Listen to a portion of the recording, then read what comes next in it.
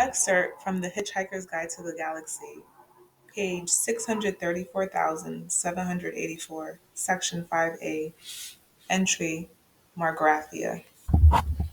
Far back in the midst of ancient time, in the great and glorious days of the former galactic empire, life was wild, rich, and largely tax free.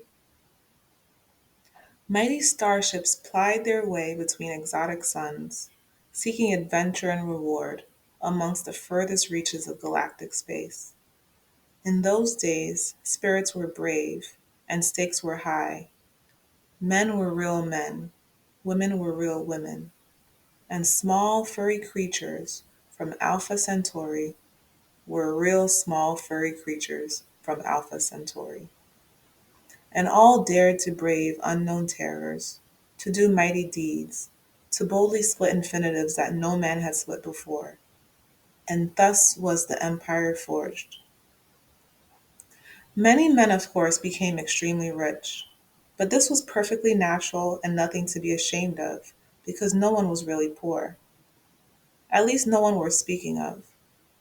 And for all the richest and most successful merchants' life inevitably became rather dull and niggly, and they began to imagine that this was therefore the fault of the worlds they'd settled on. None of them was entirely satisfactory. Either the climate wasn't quite right in the latter part of the afternoon, or the day was half an hour too long, or the sea was exactly the wrong shade of pink. And thus were created the conditions for a staggering new form of specialist industry: custom made luxury planet building. The home of this industry was the planet Argrathia, where hyperspatial engineers sucked matter through white holes in space to form it into dream planets, gold planets, platinum planets, soft rubber planets with lots of earthquakes, all lovingly made to meet the exacting standards that the galaxy's richest men naturally came to expect. But so successful was this venture that Margrathia itself soon became the richest planet of all time, and the rest of the galaxy was reduced to abject poverty.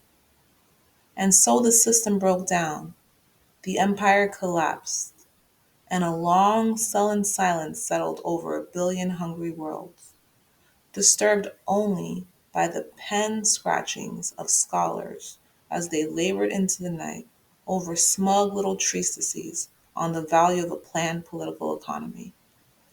Margrathia itself disappeared, and its memory soon passed into the obscurity of legend. In these enlightened days, of course, no one believes a word of it.